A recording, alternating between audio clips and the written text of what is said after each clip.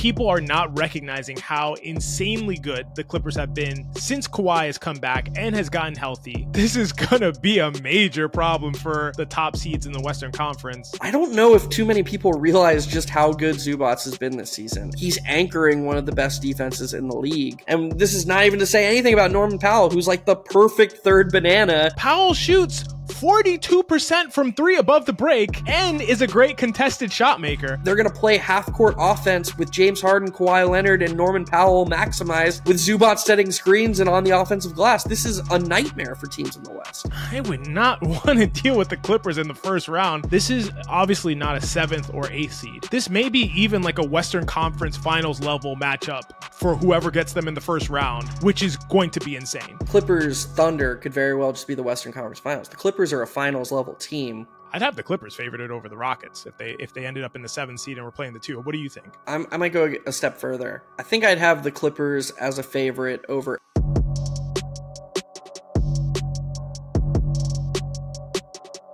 This is Hot Hand Theory. This is a podcast where we talk about the NBA and break things down from an analytical perspective. I'm your co-host XJ. As always, I'm joined by my brilliant co-host Jeff. Jeff, we have to talk about the Los Angeles Clippers. We, for our audience's edification, we plan to talk about them anyway before the recent Oklahoma City Thunder game, but we actually have even more reason to now. Jeff, the Clippers are an absolute nightmare for the top part of the Western Conference. The reason that we wanted to talk about the Clippers is that people have absolutely been sleeping on them. This is a team that we saw just go toe-to-toe with the Thunder, who are the best team in the league, and honestly, maybe one of the best teams since the Durant Warriors. But people are not recognizing how insanely good the Clippers have been since Kawhi has come back and has gotten healthy. In March so far, the Clippers have a plus 8.2 per 100 net rating, which is 4th in the NBA in that time. Better than Houston, better than Golden State, way better than the Lakers, who are ahead of them in the standings, and obviously better than Denver, who has not had Jokic for much of that stretch. So if we're thinking about the first round of the West, and this is all contingent on James Harden's health, it should go without saying that this is all based on if Harden is healthy. But if he is, this is going to be a major problem for the top seeds in the Western Conference. Jeff, where do you want to start with the Clippers? Yeah, that was the most interesting thing to me. You always pass it over to me, and I've caught on to that recently. I'm a little bit slow, as you know. No, I've started to think more about where are we going to start with this? Where to start? And there are so many angles with this team. You brought up the month of March. Let's go back to just all of 2025. That's over half the Clippers season. They're 6th in the NBA in net rating over that long a sample size. They're 3rd in the West in net rating over that sample size. This is an amazing basketball team with Kawhi Leonard on the court and with their top 4 players on the court. Is it weird to want to start with Zubac? If I wouldn't have passed it to you and started myself, I would have started with Zubac. So maybe we're just weird then. I don't know. No, I mean, we definitely are weird, but I feel like, it's the most appropriate hot hand theory way to start in a conversation about the Clippers, because I think we have to talk about the synergy between Kawhi Leonard and James Harden in a little bit, because I have some, I hope, interesting thoughts on that subject that I don't think too many people have parsed, but I don't know if too many people realize just how good Zubac has been this season, and just I think people are like, oh yeah, he's a nice interior defender, he's a good rebounder, he's a good pick and roll partner with Harden, but he's doing all of these things. The effectiveness with which he's doing all these things has been amplified to a level that I don't think is being discussed. He should have been an all-star this season, in my opinion. He was playing. Absolutely. He was playing at an all-star level. There's an argument that he's been the most impactful player on the Clippers. I mean, EPM has him with the highest EPM on the team. That's how good his defense has been. He's anchoring one of the best defenses in the league. And look, if you're going to talk about how, he's benefiting a lot from playing with James Harden and playing with James and being the pick and roll partner of James Harden makes his life easier. It goes both ways. You have to talk about the roll gravity that he provides, the screening that he provides that gives James Harden, who at his age, 35 years old, he's not the spry young player he once was 10 years ago who maybe doesn't even need, a little bit of an advantage. He can just dribble past his defender and he can create all these rim attempts. He needs a little bit of a head start, and Zubac's massive frame helps provide that for him. So, yes, playing with an amazing player in James Harden helps Zubac, but Zubac helps Harden too. He's been incredible defensively and just exactly what they need offensively as well. You hit on all the major points, especially that I want to hit on. I think Zubac is so underrated, maybe one of the most underrated players in the league. And in terms of how he helps Harden, and as opposed to just Harden helping him, I think is such an important point that people don't recognize. Obviously, they know about the defense at this point. In my opinion, he's probably my runner-up to Defensive Player of the Year. I would probably have Draymond there and have Zubac right after him. But he's so good on both ends of the court and does not get acknowledged for what he does offensively. The fact that he can protect the rim the way he does, he's been a 95th percentile rim protector every year since 2019 and is 98th percentile this year. The fact that he can do that and then still do that thing, Jeff, where he beats everyone down the court and then he seals off a guy at the rim and then gets to gets an easy finish at the rim. And then, his underrated post work where he can go to the hook with either hand. He has this face up floater now. His floater has gotten so good. It's ridiculous. But you said it. He's just ridiculous as a screener, as a rim pressure guy. He and Harden work so flawlessly together in terms of Zubac has a great sense exactly where to find the open space in the defense, sort of like a tight end running in the middle of the field against a zone defense. He knows exactly where to position himself. He knows exactly where to position himself in relation to James Harden, and they have a perfect amount of space between one another, how to get behind the drop defender in many cases. Obviously, we all know Harden is incredible at the pocket pass, incredible at knowing when to attack and force the defense to commit to him and open things up for Zoo. But I think Zubac, his touch and skill around the rim, his floater, like I mentioned, his ability to finish, his ability to be in the right place is just so underrated. And I don't think people recognize how much of a skill that is in making the pick and roll work with such high efficiency and effectiveness as it does between him and James Harden. You can't just put anybody in there and expect that to happen, because guys are not going to have this combined package that he has about screening, spatial awareness, finishing, touch, all of those things that he has. And that's only on the offensive end of the court, where he's probably half the player he is on the defensive side of the court. This guy is incredible. Like you said, he should have been an all-star, could be an all-NBA level player, and should definitely be one of the top candidates for Defensive Player of the Year. I don't know. And we're talking about a guy who is unheralded for the Clippers. We're not even talking about Kawhi Leonard, who has gotten better and better since he's been back, and then James Harden, who's been doing things that he should not be able to do at his age. Yeah, this is a scary team. This is a really scary team. And this is why, actually, when people say box score watchers, you shouldn't box score watch, that's level one. Zubac has the lowest true shooting percentage of his last 5 seasons. If you were to just look at raw data like that, you would be like, oh, maybe Zubac is taking a step back. You brought up the floater range stuff. The expansion of his role has suppressed his efficiency a little bit. But what he does, the fact that he's able to do more things has made him, on the whole, more effective. So this is why, I don't want to be a guy who just looks at points and rebounds. Don't be the guy who just looks at a basketball reference page and looks at just true shooting percentage. You have to look at the whole package. That includes defense. That includes assist percentage. He has a career high assist percentage while keeping a career low turnover percentage. So he's expanded his role there too. On the short roll, Harden finds him on the short roll, and all of a sudden he's not just lumbering to the basket and finishing. He's, making kickouts to Norman Powell or to Derek Jones in the corner. He's doing more. And these things have compounding effects on the defense. All of a sudden, if that guy who's in drop coverage has to respect Zubats from floater range, or the defenders who are in the corner, on the weak side low man, they can't just immediately stunt on Zubats' roll because they know he might make that kick to the corner that he didn't used to make. These things affect the team on the whole. This is just how his improvement has helped the team. You brought up Kawhi Leonard, who I think we should talk about next.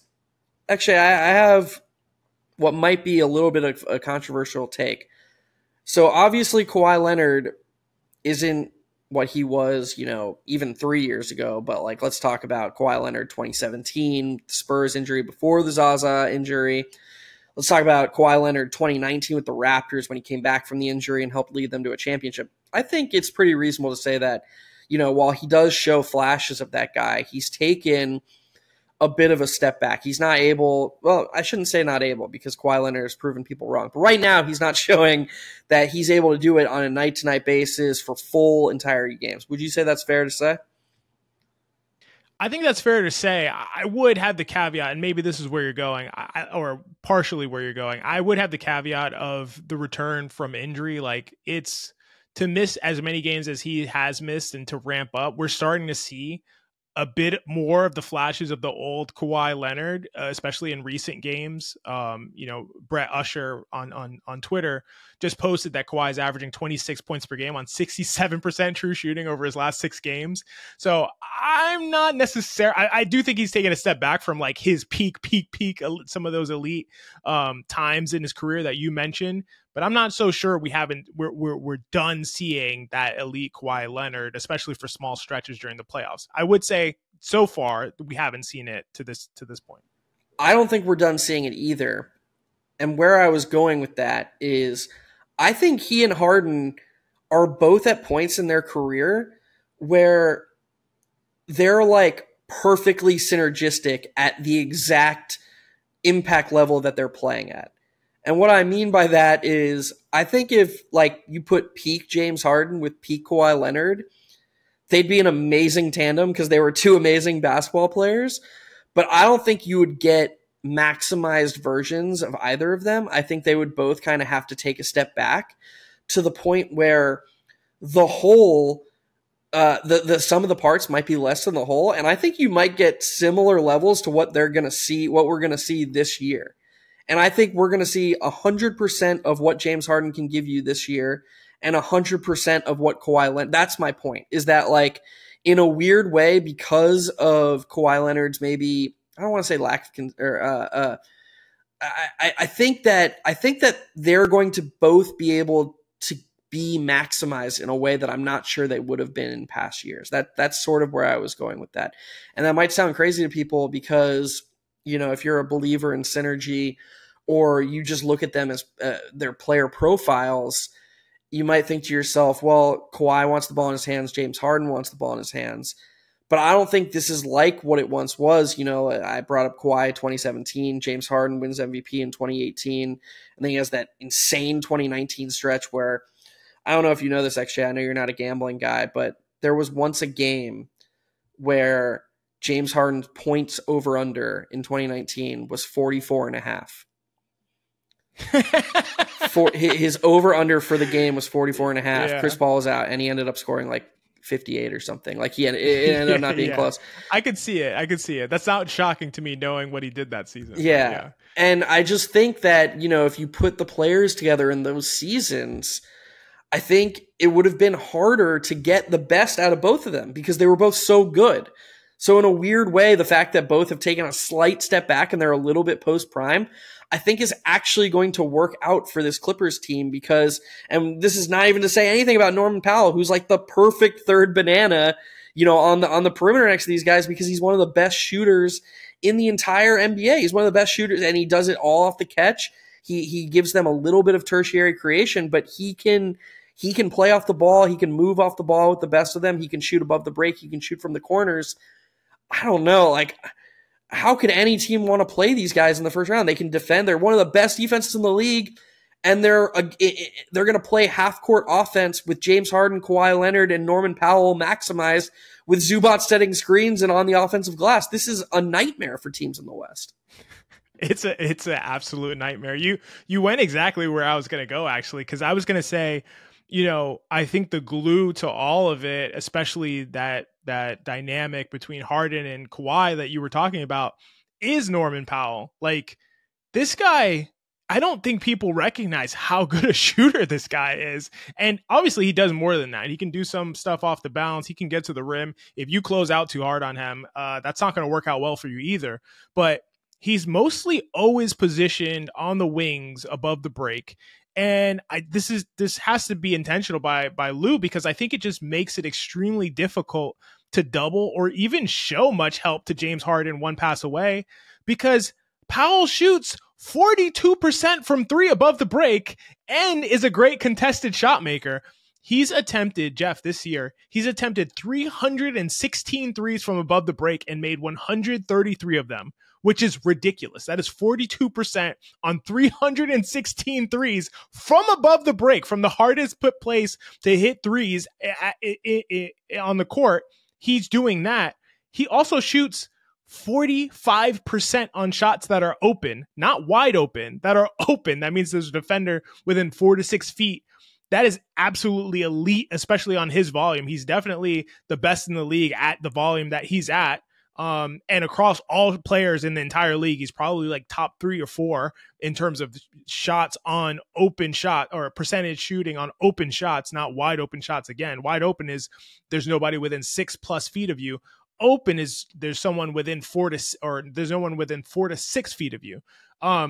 That is crazy output from a 3-point shooting standpoint. So he doesn't need much space, and he can shoot from deep, and you have that guy positioned next to James Harden, so you can't really help out on the Harden Zubac pick and roll, or if it's just him and Kawhi on the court, there's nothing you can really do with Kawhi's isolation as he's starting to go back into his bag. We're talking about prime elite Kawhi. He's starting to go back into his dribble bag, getting close to the rim with his strength, and then hitting really close, short, mid-range fadeaways. Yeah, and we're just talking about their offense. They're a better defensive team than they are an offensive team. If you're the Thunder, who again have had an amazing season, anybody who's watched this before knows the Thunder are one of my favorite teams in the league. I've watched almost every Thunder game this season. I've been a fan of that team and how they've built that team for years now. And I think they're, before the season, we talked about it, and I thought they were the number 1 team in the league, even ahead of Boston. All of that said, I would not want to deal with the Clippers in the first round. To me, they have at full strength, this is obviously not a 7th or 8th seed. This is like a second round level matchup for anyone who gets them. But honestly, with Lou strategizing and everyone healthy, this may be even like a Western Conference Finals level matchup in some seasons for whoever gets them in the first round, which is going to be insane. Yeah, like if the Clippers dropped the 8th seed, Clippers Thunder could very well just be the Western Conference Finals. The Clippers are a finals level team playing like they're playing right now.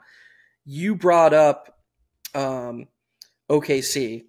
Actually, OKC this season, they have a 122.2 offensive rating and 108.8 defensive rating, which it's just, they lead the NBA in both of them, which is just insane. they have the NBA's best offense and the best defense. But I brought up those two numbers because they're important numbers. Not only do the Clippers have basically the same offensive rating when Kawhi Leonard, James Harden, and Norman Powell share the court, they have a better defensive rating when those three, just those three are on the court. If you put those three together, they're playing at a level of the Oklahoma City Thunder, who, as you said, is one of the best teams of this millennium so far this year. And guess what? You brought up Norman Powell's above the break shooting and how it's so valuable because what does that do? You can't have nail help on James Harden. If you try to have Norman Powell's defender at the nail pre-rotated off to keep James Harden out of the paint, you're dead. He just makes the easy pass to Norman Powell, and he's gonna make that open shot. So now all of a sudden you have Harden and Zubac running pick and roll. You have Kawhi Leonard in the strong corner to Harden's left. You have Norman Powell above the break. And what else do you have? You have Derrick Jones Jr., who is a little bit of a streaky shooter, but you know where he's not streaky, XJ? He is not streaky from the corner. He is a great corner 3-point shooter, and Norman Powell's ability to make threes above the break and be super efficient above the break, it allows you to just camp Derrick Jones Jr. in the corner. You have maximal space around that elite pick and roll pairing. Derrick Jones Jr. can make the baseline cuts. He's one of the best athletes in the NBA, but he can just also space the corner.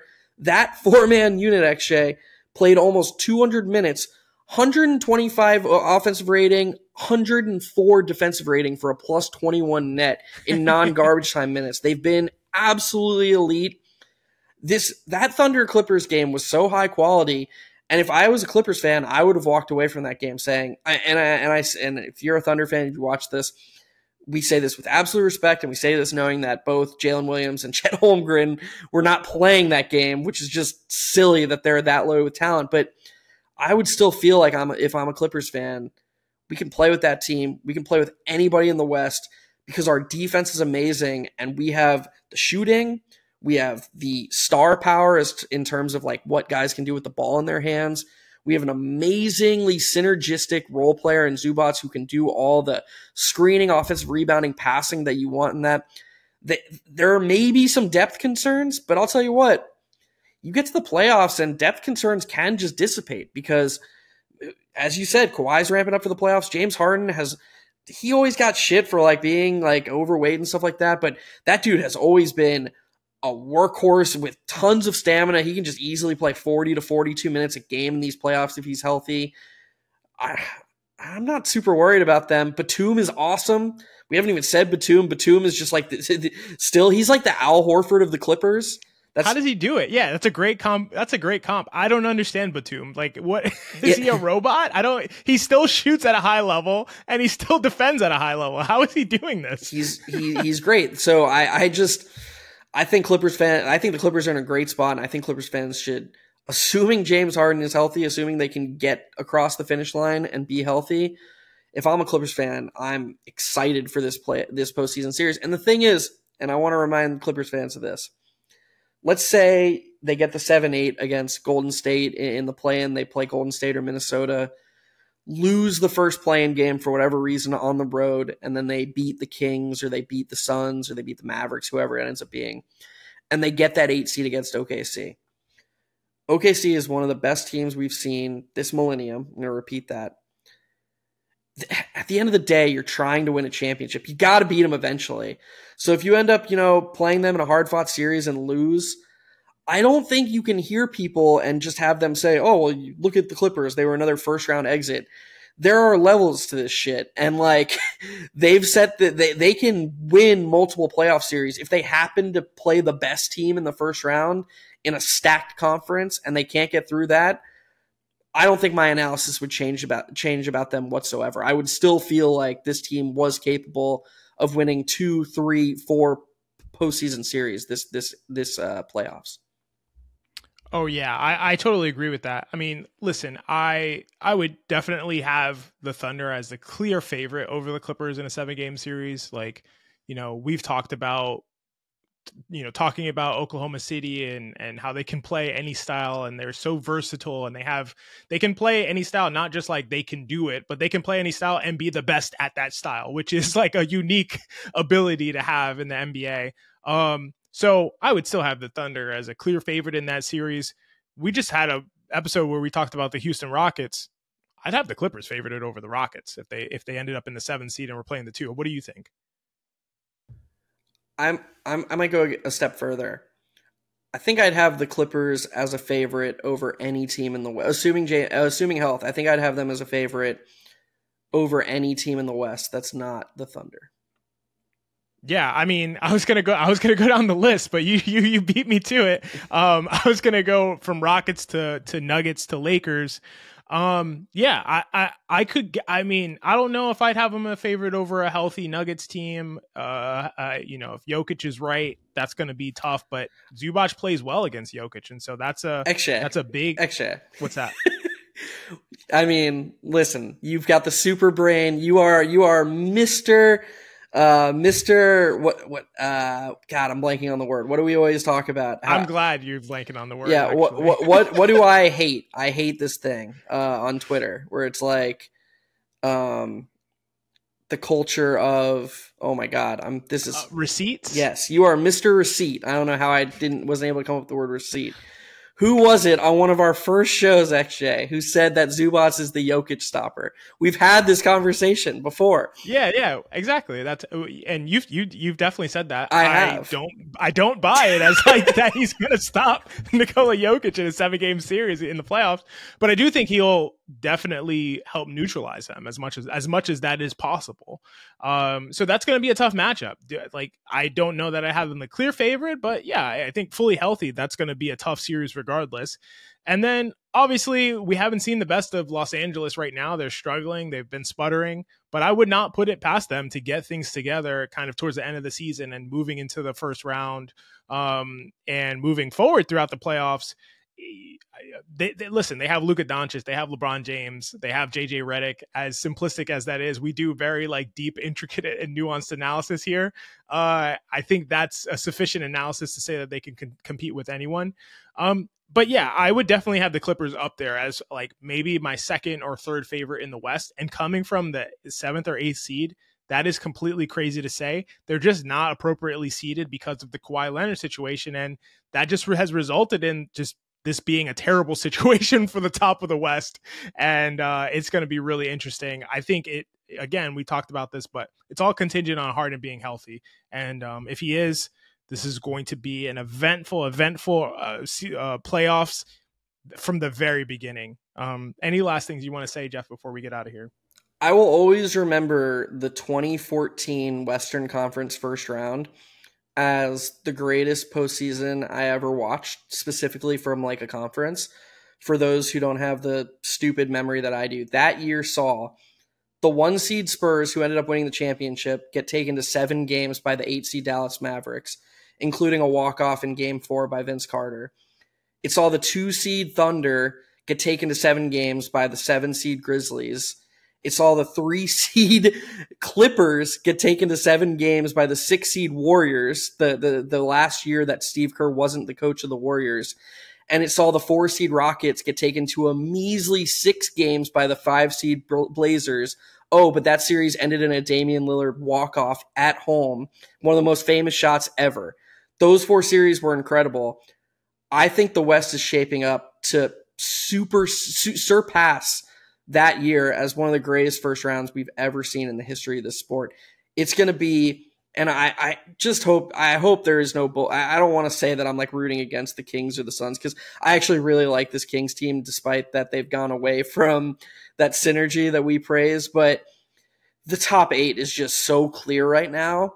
And I think if you get those 8 teams into the playoffs, you could just make any combination of those 8 teams, and it's going to be amazing playoff basketball. So I hope those 8 teams get there healthy. I hope that James Harden's ankle's okay.